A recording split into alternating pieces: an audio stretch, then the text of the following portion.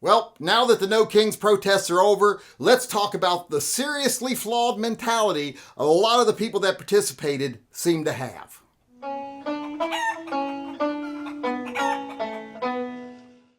Hey everybody, Yankee here. Unless you've been living under a rock, you know that recently there was a nationwide rally called the No Kings Rally, where people came out and protested the idea of people having the power of a king in this country. Now, I know a lot of people are already trying to discredit the rallies, saying, oh, all the people were old, which I don't understand that. It was a big mix of people. Or saying, oh, that never really happened. They didn't have those crowds. Well, there was so much live coverage of it that you pretty much have to be retarded to think it didn't happen. A lot of people are saying a lot of things about it. And a lot of people are saying that something is really flawed about the whole premise here and about the mentality of a lot of the people that engaged in this protest. And I want to come on here today and agree with that. Now, it's not the notion that, oh, it's so stupid to have a protest against kings when we don't have a king. Well, no, you're protesting because a lot of people would love to have the power of a king. A lot of billionaires in this country have already gained that power. They just don't have it officially yet. And people are speaking out against that and against, regimes that they think help those people maintain power. So I'm not going to talk about that. That's not what I'm saying is silly. What I'm going to say is silly is that even though those crowds were composed of people that were right, left, center, mostly center and left of center, those crowds were huge, and that was a lot of people. But those same people that understand the importance of free speech, being able to speak out against your government, being able to speak out when your democracy is at threat, those same people are anti-2A. And that to me is a huge mental disconnect. How can you be so ridiculously stupid? If you understand that there are threats to our democracy, there are threats to our way of life, and you're even willing to go out, sometimes even in the rain in some places, and march in protest and speak up against these threats, but then turn around and say, well, the main way we would defend against these threats is un-American and people shouldn't have guns, etc. Because what do you think is going to happen when words fail? When no one listens to what you have to say?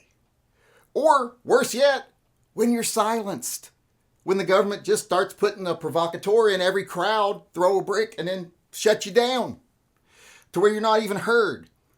And when the media that's owned by the people you're actually protesting against, the people that would be harmed if you got your way, when they stop covering it, when they put the camera lens, cap on the lens whenever you start to be beaten down by the National Guard, etc., what do you think you're going to rely on?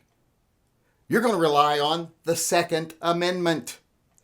Because the Second Amendment is there for when all the other amendments or the other rights are violated. And I just don't understand why people on the left, not everybody on the left, some people on the left understand, but there's such a large number of people that would be out there in those protests that would say, yeah, we need to fight back against the challenges against our government and our democracy, etc. But then you said, yeah, so everyone should be armed and able to fight, right? They'd be like, no, guns are bad. I've been indoctrinated to believe that, and I can't think freely enough to understand why that's stupid. These same billionaires and politicians that you're protesting against are the ones that have indoctrinated you into thinking that guns are bad. They're the ones that have spent billions of dollars over decades to teach you guns are bad. Good people don't have guns. Only bad guys have guns. And it's worked, unfortunately. They manipulate people through different means. The left, they manipulate you, teaching you guns are bad, and anyone who stands up or strikes back is just as bad as the people who threw the first punch. That kind of bullshit. It's old Batman philosophy. If you kill a bad guy, you're as bad as they are. Even if they killed 10 people first and tried to kill you. That whole philosophy that's been jammed down the left's throat is horrible. And you think that is by accident? No, it's the same people that you're protesting against have indoctrinated you, and you've accepted it. And you're not using your higher reasoning abilities to figure that out. They manipulate the right in different ways, but they manipulate both sides. They cater to the right when it comes to guns, but do they actually do anything for us? No. We continually see our rights deteriorating. We see the Supreme Court not enforcing its laws. They see other courts violating the Supreme Court without any consequences whatsoever. So even though we're getting favorable rulings, our rights are dwindling and dwindling in reality. On paper, we have more rights than ever. But in reality, try to enact those rights. Try to engage in those rights and see what happens. It's not a positive thing right now. So we've got a ruling party that the left can somehow see as dangerous, but they don't see how dangerous it is to be unarmed and not be able to fight back. We have another side that understands it's good to be armed and be able to fight back, but unfortunately they've been brainwashed into thinking the billionaires and the police and the military that enforce the laws of the billionaires are somehow on their side. And they won't be able to do anything about it because by the time they realize that's not true, they will have lost so many rights and be so easy to pick off there won't even be any conflict. Like I said, right now, if gun owners rose up, even if a good percentage of us rose up, and the majority of Americans aren't interested in it, they're like, we don't like the gun guys, and the government cracks down on us, sends in the National Guard and wipes us out, and the media doesn't cover it, who's going to cry for us? No one.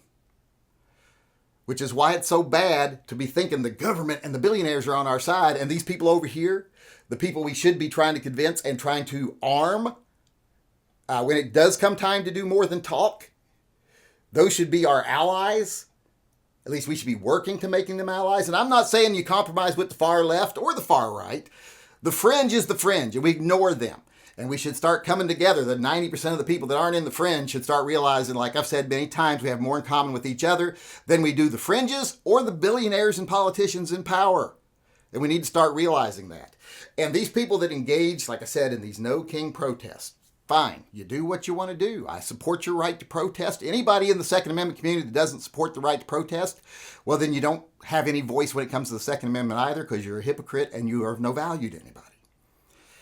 But the people on the left that understand the importance of free speech, if you don't understand the importance of being able to back up that speech, like I said, when words fail or when you're silenced, well then, are you really paying attention? Are you really of any value? And will you ever be able to do anything that does anybody any good?